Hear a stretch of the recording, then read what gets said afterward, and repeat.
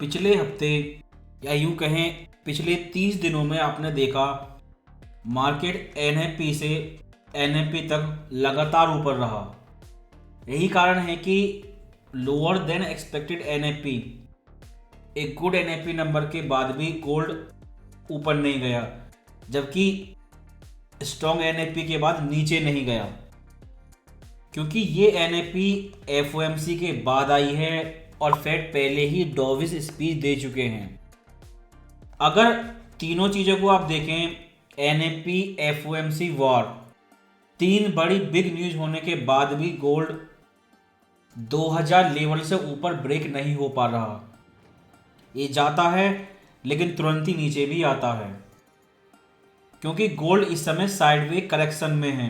Correction अभी complete नहीं हुआ है। अगर इस एनएफपी बॉटम से आप देखें तो 5 इंपल्सिव वेव कंप्लीट हो चुकी हैं और एक करेक्शन पहले ही स्टार्ट हो चुका है। अगर ये ट्रायंगल चार्ट पैटर्न करेक्शन है तो हो सकता है ये थोड़ा और भी नीचे आए और लोअर ट्रेंड लाइन को रिटेस्ट करने के बाद फिर अपसाइड ब्रेकआउट करे। अगर H4 टाइम फ्रेम को अगर आप और भी डिटेल से देखें तो ये आपका मेन रेजिस्टेंस जोन है 2001, 1980। प्राइस इन्हीं दो लेवल के बीच में साइडवे करेक्शन कर रहा है। ये एक साइडवे रेंज है और जब तक प्राइस साइडवे रेंज कर रहा है, आप बाय करें या सेल करें इससे कोई फर्क नहीं पड़ता। लेकिन ये याद रखें, जब रेंज ब्रेकआउट होगी तो आप मार्केट के सही डायरेक्शन में हो। इस हफ्ते मंडे को एक इम्पोर्टेंट न्यूज़ है जिसका एक्शन आपको मंगलवार में देखने को मिलेगा। थर्ड क्वार्टर लोन ऑफिसर सर्वे आएगा। अगर पिछले हफ्ते की एनएफपी की तरह, क्योंकि यूआर रेट अब बढ़ चुकी है, अगर ये डेटा भी रिसेशन सिग्नल देता है तो हो सकता है ये रेंज मंडे की नाइट को और मंगलवार की सुबह को ब्रेकआउट हो जाए। लेकिन अगर ऐसा नहीं हुआ, इस न्यूज़ पे ब्रेकआउट नहीं होता है, तो हफ्ते के लास्ट तक आपको फिर से करेक्शन देखने को मिलेगा। इसलिए जैसा पिछले हफ्ते बताया था, 1980 लेवल से नीचे अगर प्राइस फिर जाता है तो आप फिर से बाय कर सकते हैं और 1950 लेवल तक आप तैयार रहें। अगर पिछले हफ्ते की फेड एफओएमसी स्पीच आप देखें तो उसमें फेड ने वन मोर रेट हाइक के बारे में नहीं बोला। Fed one more rate hike के ड्रामे को यहीं ख़त्म कर चुके हैं, लेकिन अब ये ड्रामा मार्केट कर रहा है और इस समय मार्केट दिसंबर महीने में भी एक रेट हाइक की उम्मीद कर रहा है। इसलिए जब तक ये रेट हाइक का ड्रामा चलता रहेगा, गोल्ड साइडवे रहेगा। फेड ने वन मोर रेट हाइक के बारे में नहीं बोला, इसलिए आप क्लियर रेट पॉज बोल सकते हैं। लेकिन इम्पोर्टेंट चीज़ ये है, फेड ने ये चीज़ क्लियर नहीं बताई है कि पहली रेट कट कब होगी, और जब तक रेट कट टाइमिंग कंफर्म नहीं हो जाती, गोल्ड साइडवे ही रहेगा। और ये कंफर्म करने के लिए आपको इकोनॉमिक इंडिकेटर का इंतज़ार करना होगा, जिसमें से एक मंडे को आएगा और कुछ इंडिकेटर फ्राइडे को आएंगे। फ्राइडे को कंज्यूमर सेंटीमेंट आएंगे, जो एक रिसेशन इंडिकेटर होता है, और इन्फ्लेशन एक्सपेक्टेशन आएंगे। अगर फेड स्पीच के बाद इन्फ्लेशन एक्सपेक्टेशन कम होते हैं तो गोल्ड के लिए बुलिश साइन है, गोल्ड ऊपर जाएगा। लेकिन उल्टा हुआ, इन्फ्लेशन एक्सपेक्टेशन बढ़े तो गोल्ड नीचे आ सकता है, हॉकिश फेड पॉसिबिलिटी फिर बढ़ जाएगी। इसलिए मार्केट साइकोलॉजी मंडे को उस लोन डेटा से स्टार्ट होगी और या तो मंडे को ही ब्रेकआउट हो जाएगा, वरना हफ्ते के लास्ट तक गोल्ड साइडवे करेक्शन करता रहेगा। सपोर्ट रेजिस्टेंस लेवल में कोई चेंज नहीं है, सेम टू सेम है पहले की तरह। मोस्ट इम्पोर्टेंट 1980 अपसाइड रिस्क के लिए, 2050 डाउनसाइड रिस्क के लिए 1950। और मार्केट इस समय मई के महीने में पहली रेट कट एक्सपेक्ट कर रहा है। और अगर ये सारी न्यूज़, क्योंकि इस हफ्ते आरबीआई इंटरेस्ट रेट डिसीजन भी है, ये सारी न्यूज़ हॉकिश आती हैं और गोल्ड नीचे आता है, तो मैक्सिमम 1920 लेवल तक आप अपना रिस्क मैनेज करके रखें, क्योंकि जैसे ही इकोनॉमिक इंडिकेटर से रेट कट की टाइमिंग कंफर्म होगी, पहला रेट कट कब होगा, ये रेंज इंस्टेंटली ब्रेकआउट हो जाएगी। अगर डेली टाइम फ्रेम को देखें तो आरएसआई अब नॉर्मल कंडीशन में है, ओवरबाउट नहीं है। और डेली टाइम फ्रेम पे आपने देखा 1980 लेवल को पहले ब्रेकआउट किया, फिर टेस्ट किया और अब कैंडलस्टिक उससे ऊपर क्लोज हुई है। इस लेवल के नीचे आप डेली टाइम फ्रेम पे क्लियर रिजेक्शन देख चुके हैं।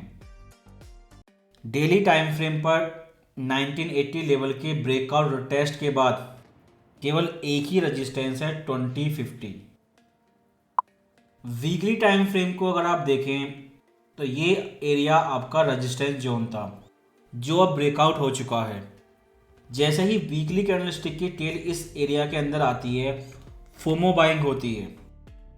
अगर और भी नीचे आता है तो 1950 इंट्राडे ट्रेडर के लिए एक बेस्ट बाइंग अपॉर्चुनिटी है, क्योंकि 3 ब्लू कैंडलस्टिक के बाद पिछले हफ्ते 3 बुलिश न्यूज के बाद भी रेड कैंडलस्टिक आपको देखने को मिली।